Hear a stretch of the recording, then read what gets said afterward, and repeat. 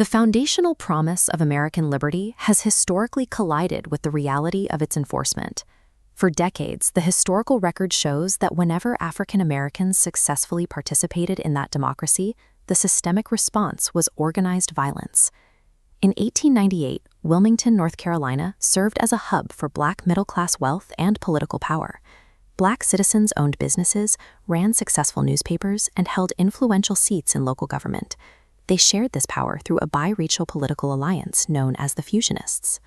For white supremacist leaders, a functioning, integrated government was an intolerable threat to the racial hierarchy. They decided to dismantle it by force. This wasn't a spontaneous riot. Heavily armed paramilitary groups like the Red Shirts executed an organized plan. They burned the local Black newspaper, murdered dozens of residents, and forced the legally elected government to resign at the barrel of a gun. Following the only successful political coup on American soil, the federal government took no action. The results of the violent overthrow were allowed to stand. Wilmington established a precedent. It proved that Black political and economic progress could be erased through state-sanctioned terror, and that the national government would not intervene to protect a democratic election.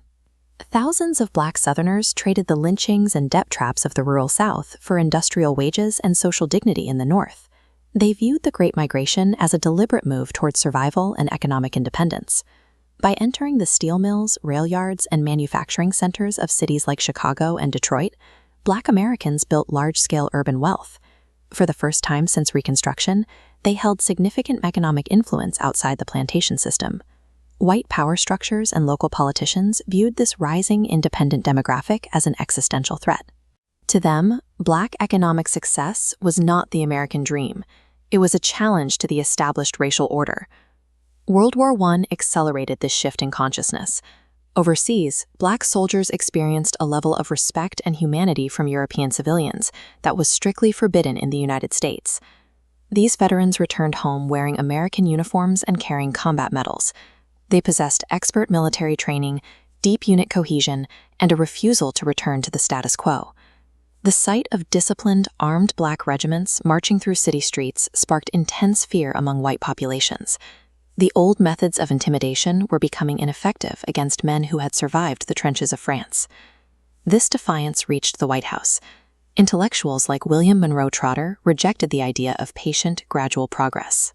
When President Woodrow Wilson segregated federal offices, Trotter confronted him face-to-face, signaling a new era of direct political challenge. By 1919, the combination of urban wealth, combat experience, and intellectual defiance had created a population that no longer fit the social constraints of the previous century. Black America was no longer willing to bow. In the summer of 1919, localized incidents triggered a national explosion. In Chicago, a Black teenager was stoned and drowned for drifting into a white section of a lake. In Elaine, Arkansas, white posses massacred Black sharecroppers who were attempting to organize for fair wages. These events metastasized into organized racial warfare across dozens of American cities. The scale of the bloodshed was so vast it was dubbed the Red Summer. White mobs, sometimes joined by military personnel in uniform, systematically attacked Black neighborhoods. They destroyed the physical infrastructure of Black success, burning homes, looting businesses, and leveling entire communities. The objective was to repeat the Wilmington coup on a national scale.